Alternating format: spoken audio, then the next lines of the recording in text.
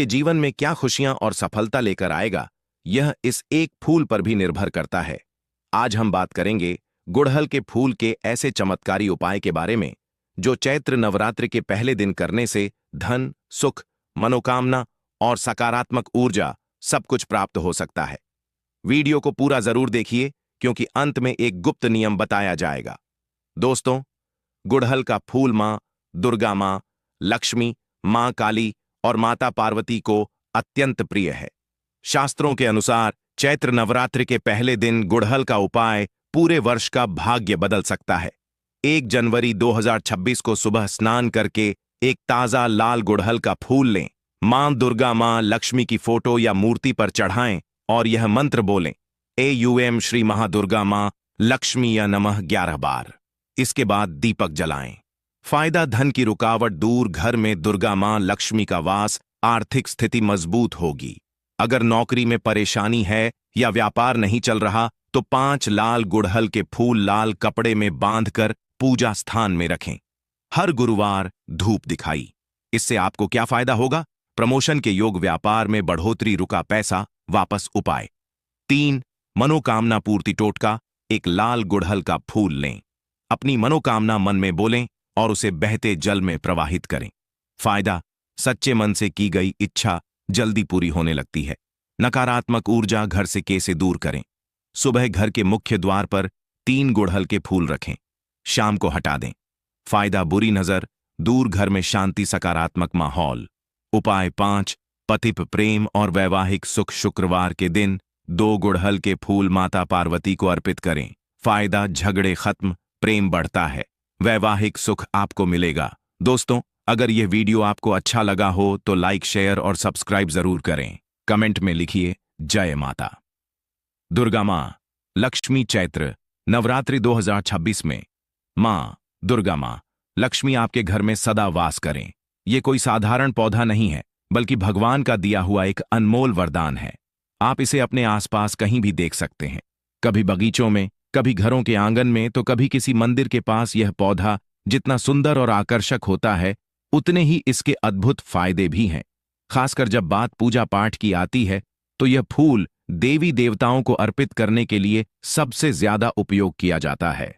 तो आप समझ ही गए होंगे कि मैं किस पौधे की बात कर रहा हूं। आज मैं आपको इस पौधे के धार्मिक, आयुर्वेदिक और चमत्कारी लाभों के बारे में विस्तार से बताने जा रहा हूं। लेकिन उससे पहले एक बार इसकी सुंदरता को निहार लीजिए। इसके पत्ते चौड़े और चमकदार होते हैं और इसका फूल इतना आकर्षक होता है कि देखते ही मन खुश हो जाता है। यह फूल लाल, सफेद और गुलाबी 3 रंगों में पाया जाता है। वैसे तो इसके सभी रंगों के फूल बहुत खास होते हैं, लेकिन लाल रंग का फूल सबसे ज्यादा महत्वपूर्ण माना जाता है। यह न सिर्फ भगवान शिव, मां काली और गणेश जी को अत्यंत प्रिय होता है, बल्कि इसका प्रयोग कई आयुर्वेदिक और तांत्रिक उपायों में भी किया जाता है। आपने भी देखा होगा कि बहुत से लोग इसे अपने घर के गार्डन में या मंदिरों के पास लगाते हैं। कुछ लोग इसे सिर्फ शोभा बढ़ाने के लिए लगाते हैं, लेकिन अगर इसके असली गुणों को जान लिया जाए तो यह सिर्फ एक सजावटी पौधा नहीं रहेगा, बल्कि जीवन को संवारने वाला एक दिव्य उपाय बन जाएगा। इसलिए इस वीडियो को अंत तक ध्यान से देखिए, क्योंकि मैं आपको बताने जा रहा हूं कि यह साधारण सा दिखने वाला पौधा किस तरह से आपकी जिंदगी बदल सकता है। भक्तों, आगे बढ़ने से पहले अगर आप भी चाहते हैं कि माता दुर्गा, मां लक्ष्मी का आशीर्वाद आपके ऊपर सदैव बना रहे, तो इस वीडियो को एक लाइक करके आपके अपने चैनल को सब्सक्राइब कर लें और कमेंट बॉक्स में जय दुर्गा, मां लक्ष्मी माता लिखकर अपनी हाजिरी अवश्य से लगाएं। भक्तों, सबसे पहले बात करते हैं इस पौधे के धार्मिक महत्व की। यह कोई आम पौधा नहीं है, बल्कि देवी देवताओं की पूजा में इसका बहुत ही खास स्थान होता है। इसे घर में लगाने से न सिर्फ माहौल पवित्र हो जाता है, बल्कि यह सकारात्मक ऊर्जा भी खींचता है। अगर आप इसे सही तरीके से इस्तेमाल करें तो यकीन मानिए आपकी कई परेशानियां खुद ब खुद दूर हो सकती हैं। अब जरा आयुर्वेद की तरफ नजर डालें तो यह पौधा वहां भी कमाल करता है। इसे कई बीमारियों के इलाज में इस्तेमाल किया जाता है, चाहे बालों से जुड़ी समस्या हो, स्किन से जुड़ी परेशानी हो या फिर शारीरिक कमजोरी। इस फूल में इतने औषधीय गुण हैं कि यह हर समस्या का हल बन सकता है। इसी वजह से आयुर्वेद में इसे बेहद खास माना गया है। लेकिन ठहरिए, कहानी यहीं खत्म नहीं होती। इस पौधे में सिर्फ धार्मिक और औषधीय गुण ही नहीं है, बल्कि इसमें कुछ चमत्कारी शक्तियां भी छिपी हैं। अगर आप इसे सही विधि से अपनाएं, तो यह आपकी आर्थिक तंगी को भी दूर कर सकता है। यह आपके घर में सुख, शांति और समृद्धि लेकर आ सकता है और जीवन में आ रही रुकावटों को दूर कर सकता है। तो दोस्तों, अगर आपके आसपास यह पौधा कहीं दिख जाए, तो इसे नजरअंदाज मत कीजिए। यह सिर्फ एक फूल नहीं, बल्कि ईश्वर का दिया हुआ ऐसा वरदान है जो आपके जीवन को बदल सकता है। आगे इस वीडियो में मैं आपको कुछ ऐसे आसान लेकिन असरदार उपाय बताने वाला हूं, जिनके जरिए आप अपनी बहुत सी समस्याओं से छुटकारा पा सकते हैं। इसीलिए वीडियो को ध्यान से देखिए और इसका पूरा फायदा उठाइए, क्योंकि कुछ पौधे सिर्फ दिखने के लिए नहीं होते, वे आपके जीवन में नई ऊर्जा और नई शुरुआत भी ला सकते हैं। आज मैं आपको एक ऐसे ही चमत्कारी पौधे से रूबरू कराने जा रहा हूं, जो नेगेटिव एनर्जी को दूर करके आपके जीवन में सफलता और सुख की रोशनी भर देता है। यह कोई साधारण पौधा नहीं है, बल्कि देवी देवताओं का प्रिय पुष्प है, जो हर तरह की बाधाओं को पार करने की ताकत रखता है। अगर आप महसूस कर रहे हैं कि आपके जीवन में लगातार समस्याएं बनी हुई हैं, मेहनत करने के बावजूद सफलता नहीं मिल रही, मन में अजीब सी बेचैनी रहती है, या फिर कोई नकारात्मक शक्ति आपके आसपास सक्रिय है, तो समझ जाइए कि आपको इस पौधे की आवश्यकता है। इसे लगाने से घर में पॉजिटिव एनर्जी का प्रवाह बढ़ता है और सारी नकारात्मकता खत्म होने लगती है। यह पौधा किसी भी प्रकार के दोष को शांत करने में मदद करता है और आपके जीवन को नई दिशा देता है। अब जरा ध्यान से सुनिए। खर्च से भी बचना चाहिए।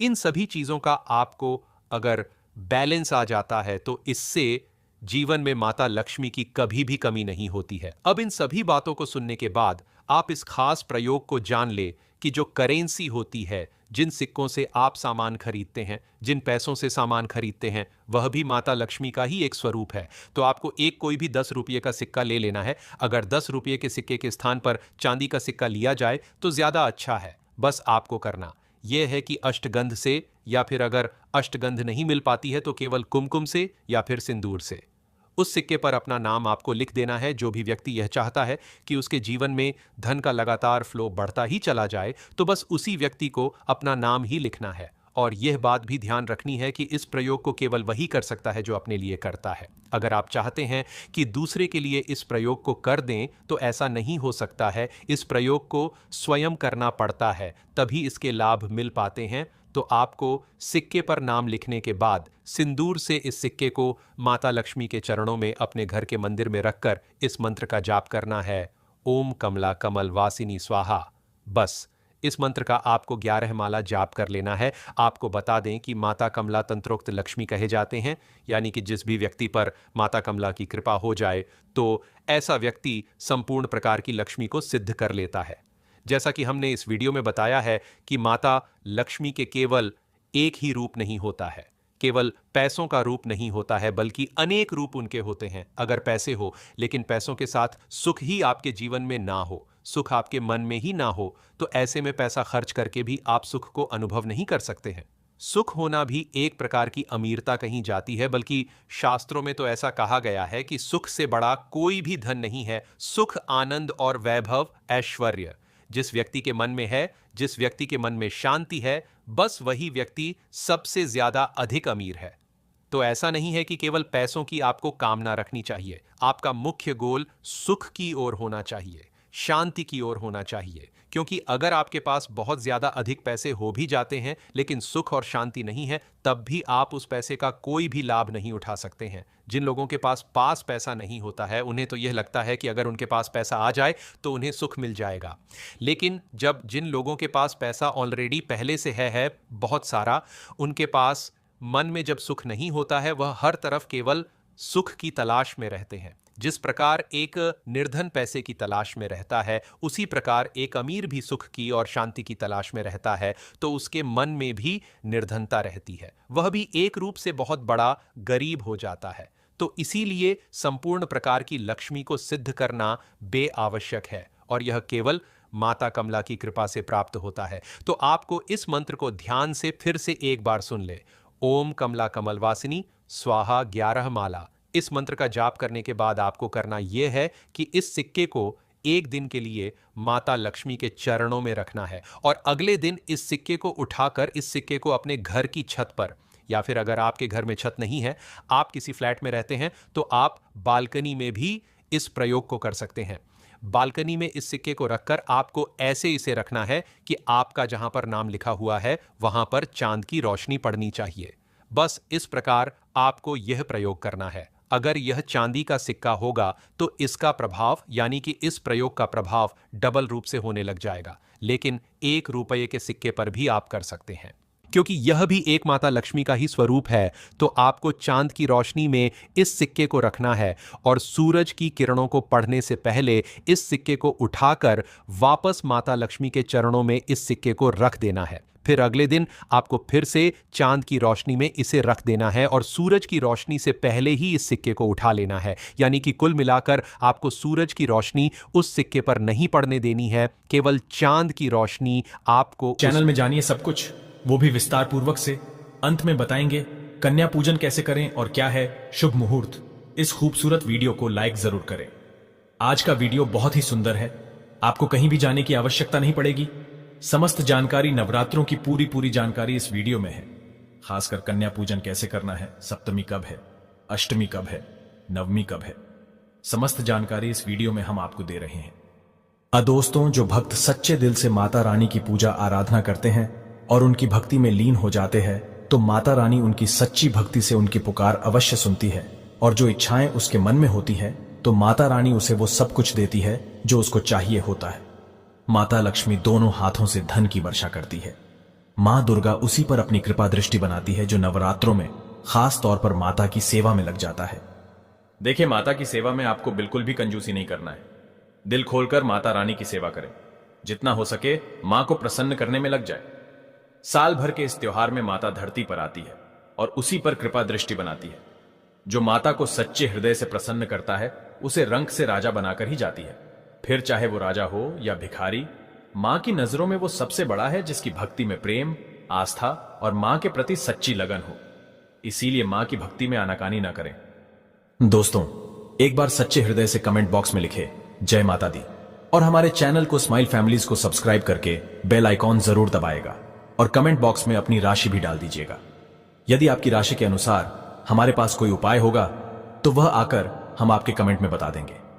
दोस्तों, सबसे पहली बात, नवरात्रि में हम एक माटी के प्याले में जौ भरते हैं ताकि हमारे घर में सुख शांति बनी रहे और माता प्रसन्न हो जाए। जौ जब हरे भरे होते हैं तो घर में हरियाली आती है और सुख समृद्धि की प्राप्ति होती है। जब जौ हरे भरे होते हैं तो समस्त देवी देवता खुशियां मनाते हैं और घर की उन्नति के लिए कामनाएं करते हैं, आशीर्वाद देते हैं। हरे भरे जौ में साक्षात माता रानी अपने 9 स्वरूपों के साथ खेलती हैं और घर में सुखों की बारिश होती है तथा धन की बारिश होती है। और जिस घर में जौ के अंदर से हरियाली नहीं आती है तो उस घर में पहले ही पता चल जाता है कि अब आपके घर में गरीबी आने वाली है तथा परेशानियां आने वाली है, क्योंकि आपने पूजा पाठ में कोई ऐसी गलती कर दी होगी जिसके कारण जौ में हरियाली नहीं आ पाई। देखिए, आपको बता दे, हैरानी वाली बात तो है, बिना पानी के माटी में जौ डालते ही उग जाते हैं, वो भी बिना देखभाल करे। हरियाली उसमें निकल आती है, लेकिन जब हम कलश स्थापना करते हैं और जौ बोते हैं तो यह बहुत ही सोचने समझने वाली बात है कि आपकी देख रेख में, और जबकि आपने पानी बराबर डाला, परिवार ने अच्छे से देखा, फिर भी ऐसा होने के बाद जब उसमें जौ न निकले तथा हरियाली ना उगे तो समझ लें साक्षात माता रानी आपसे नाराज है, क्रोधित हो चुकी है। माता रानी अपनी संतान को सदैव माफ कर देती है। आप सच्चे हृदय से माता रानी से माफी मांग ले। माता करुणामयी है और अपने भक्तों को, अपने बेटों को, अपने लाल को वह सदैव माफ करती है। जौ में कम हरियाली आना मतलब घर में धीरे धीरे खुशियों का वास होगा और ज्यादा हरियाली आने पर धन की वर्षा होगी। तेजी से व्यापार दिन दुगनी रात चौगुनी बढ़ेगा। कई लोग जौ में डेली पानी डालते हैं, जो कि इसमें पानी नहीं डाला जाता बल्कि पानी का छींटा मारा जाता है। इसीलिए जौ सड़ जाते हैं, खराब हो जाते हैं। ऐसा ना करें और इसी कारण हरियाली नहीं आती है। ज्यादा पानी डालने से ये खराब हो जाते हैं। दोस्तों, जौ जब आपके घर में हरे भरे हो जाए तब इसमें चांदी का सिक्का या 1 रुपया का सिक्का जरूर डालें। सिक्का डालने से माता रानी प्रसन्न होती है और आपके घर में धन का आगमन होना शुरू हो जाता है। दोस्तों, नवरात्रि समाप्त होने के बाद हरे भरे जौ का क्या करें, आइए जानते हैं स्माइल फैमिलीज चैनल के माध्यम से। पहली बात तो यह है कि इसमें जो आपने 1 रुपया का सिक्का डाला है उसे आप अपने धन रखने के स्थान पर रख लें। इससे धन में बढ़ोतरी होती है। दोस्तों, और अंत में नवरात्रि समाप्त होने के बाद इन जौ में से थोड़े पत्ते माता रानी के प्रसाद के स्वरूप में पूरे परिवार को खिलाएं। इसके पत्ते खाना बहुत ही शुभ और मंगलकारी माना जाता है।